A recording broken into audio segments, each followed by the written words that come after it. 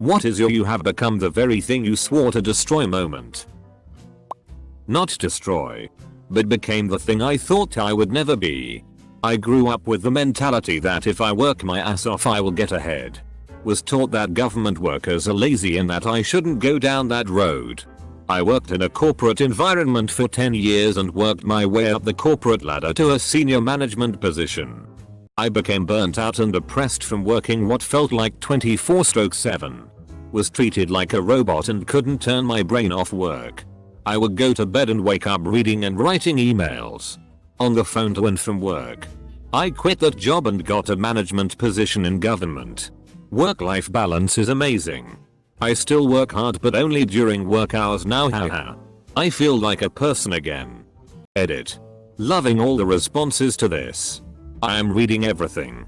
Thank you for the encouraging words. I was not expecting this today.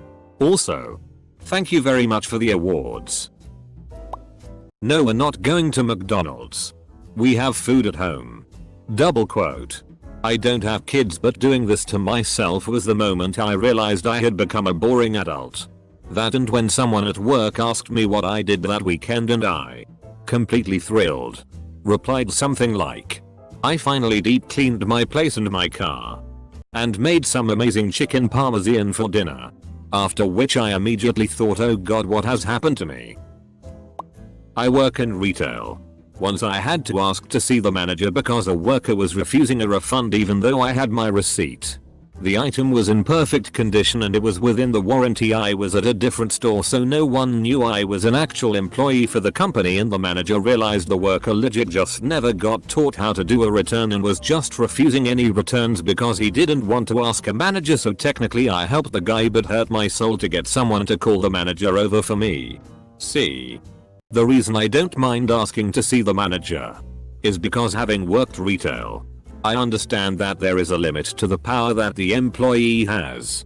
But I understand that a manager often can make what I want happen. My nephew begged me to play Fortnite with him for a week straight. My sister was on vacation and I let him use my Xbox as much as he wanted to.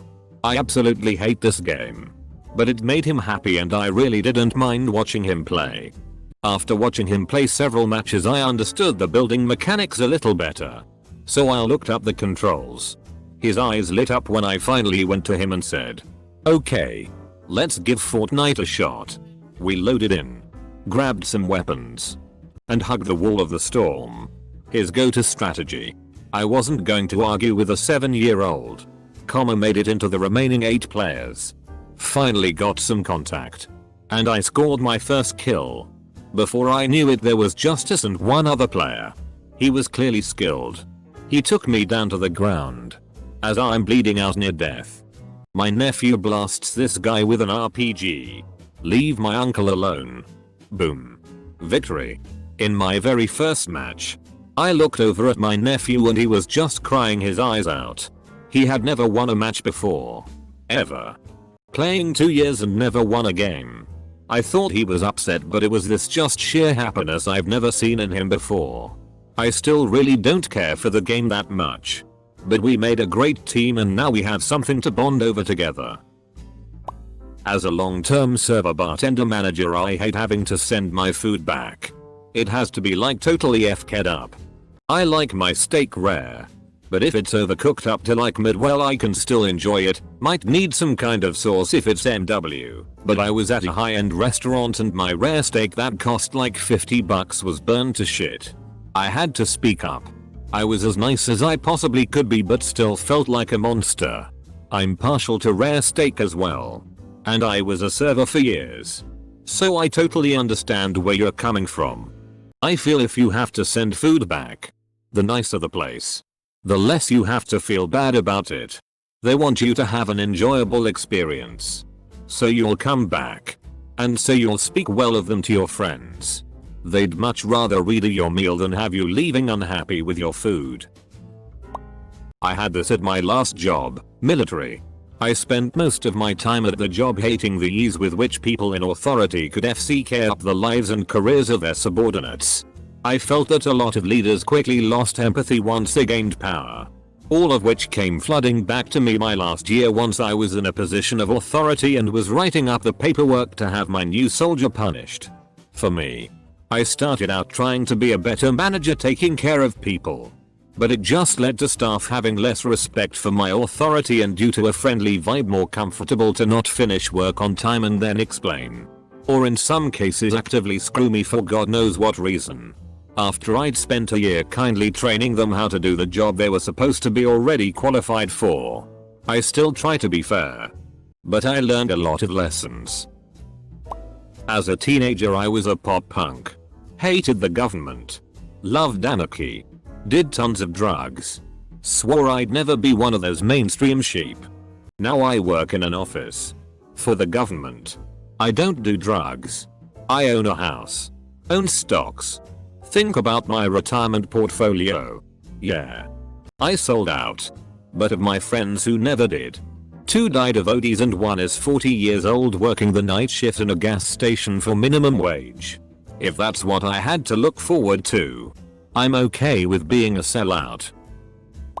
I've always been about the punk life and espousing anti-corporate ideologies.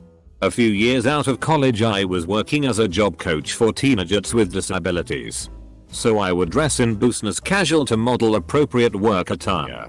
My car that was over a decade old driven hard was about to die. So I traded it in. I wanted something with 4-wheel drive and good storage capacity, as I did a lot of camping during the summer. So I bought a used RAV4.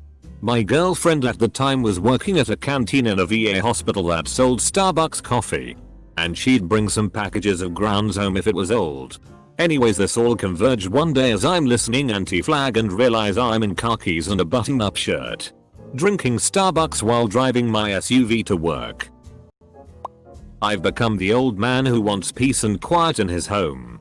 Also, parking in my driveway when you're not coming to see me is the best way to start a problem with me. I'm 20 and feel the same about the driveway thing tbh.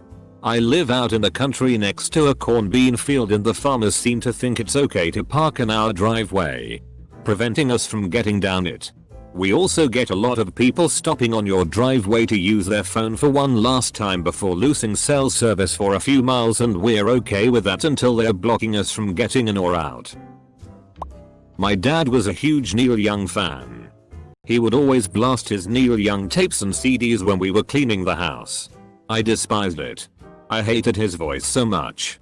I hated everything about that music. Except now I love it. Billy Joel and ABBA were like that for me. Every time my mom popped in the Billy Joel Greatest Hits cassette I knew it was cleaning time. Now I love singing along to Uptown Girl while I scrub the toilet.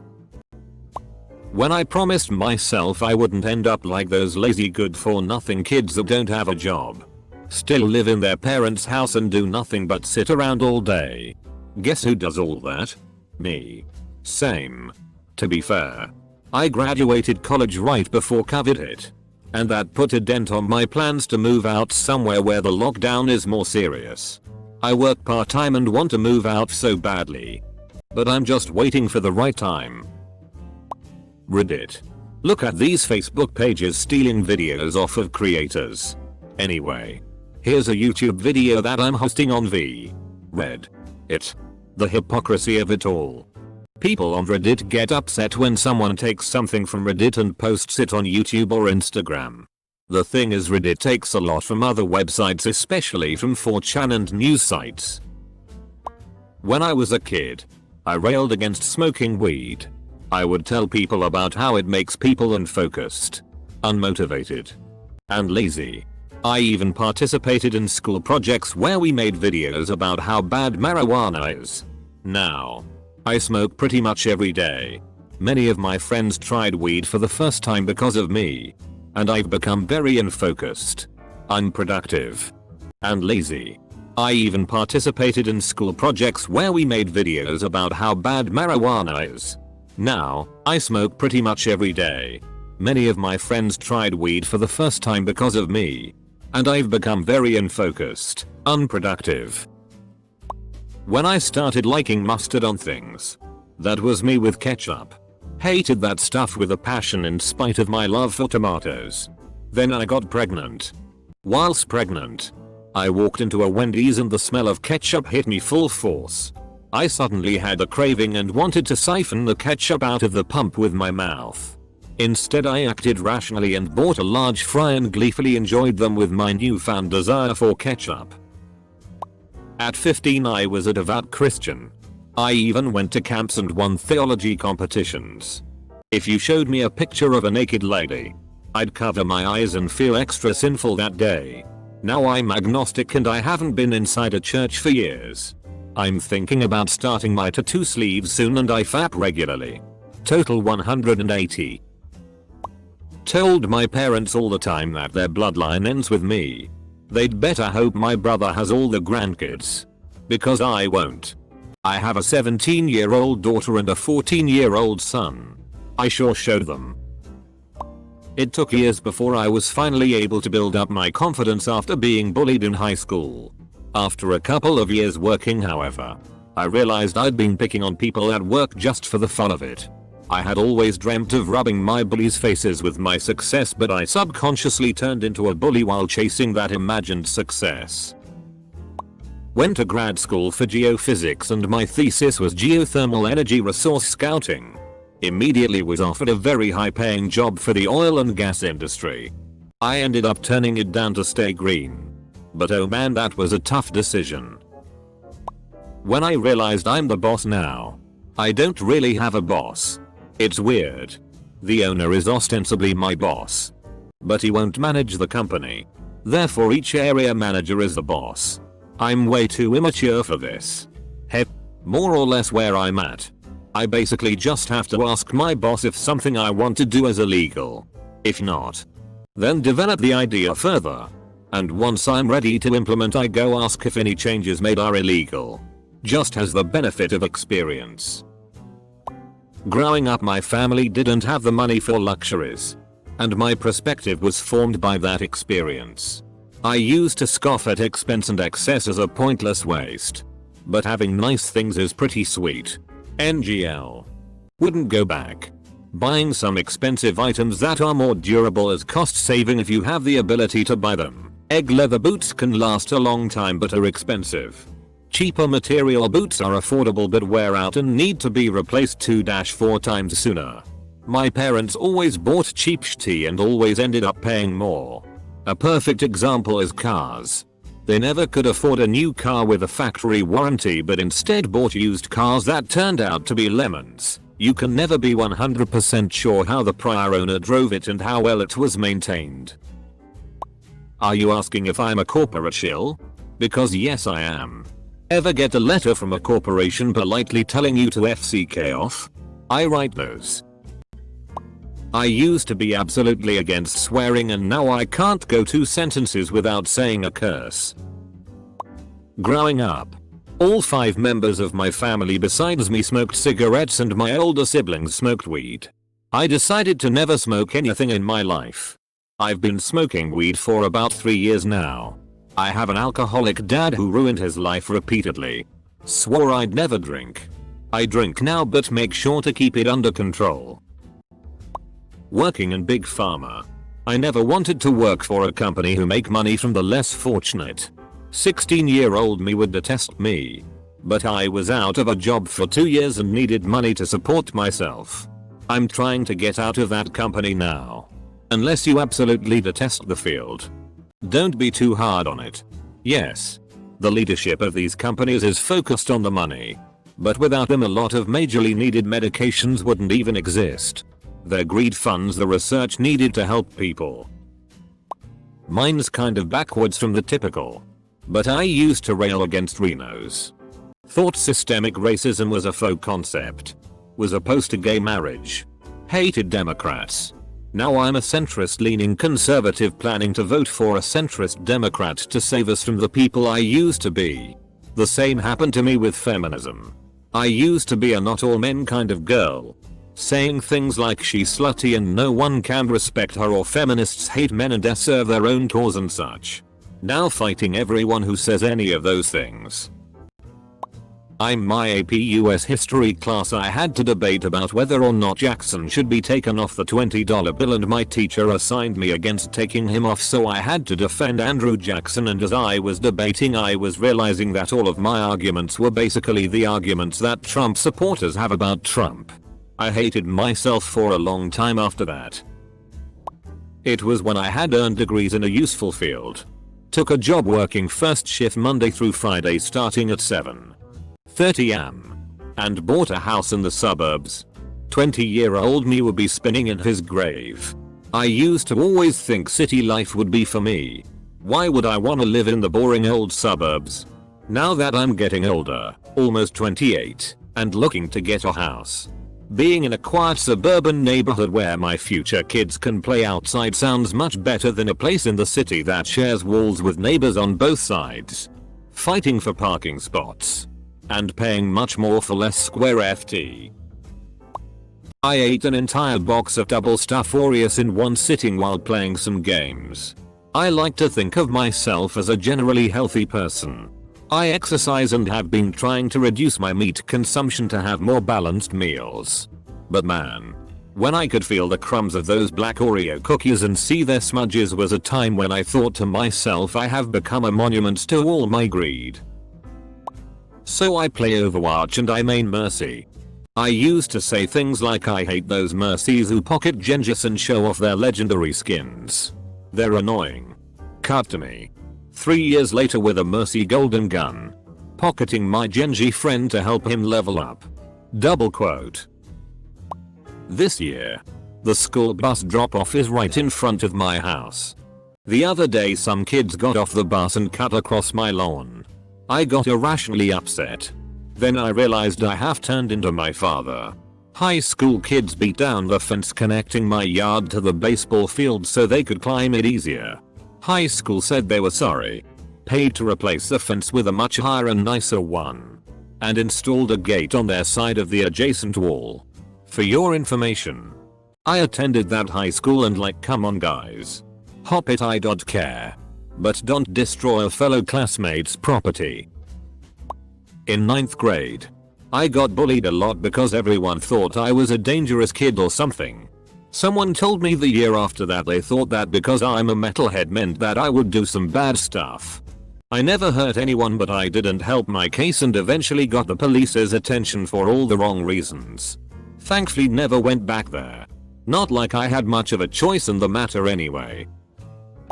I once sent hentai to my friend because she kept sending hentai to me and she was unable to reply because she never thought her innocent Catholic friend would send her something like that. Anyways, have both booked our places in hell.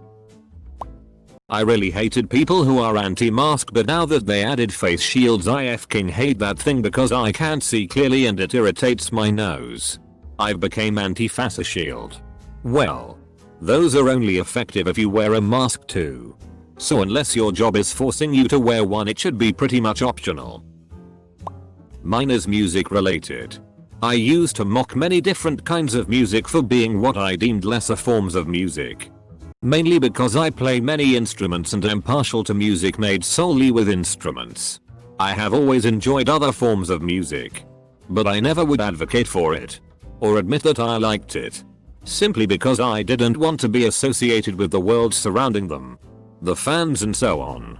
Now I make and actively participate in nearly all the kinds of music I mocked before. Funny enough, it was the Lego movie that helped me see the different side of things with my ignorant perspective. As they describe a scene in the movie where the child is explaining why the creativity that looks chaotic is not necessarily bad. It hit me hard. Because much like the Overlord, Will Ferrell, I too sought order and structure amidst what I deemed was musical chaos. Now, I see the joy of inspiration that one form of music can leave on others, as well as how many different influences a musician can have. That is my little story. I'm cool with it now. But had I met my 18-year-old self, I would have probably called me a sellout. I have become that which I sought to destroy. When I remonstrated with someone for writing code that was completely out of agreed specification, when I was in college, I resented conventions. And as a junior coder I always tried to express myself. I always told myself I would be more tolerant when I had more experience. I was engaging in code review and carefully explaining why it made sense to follow the specification, including published coding conventions. And when I heard their tone of resigned irritation, I realized I have become an experienced coder that is a stickler for coding conventions.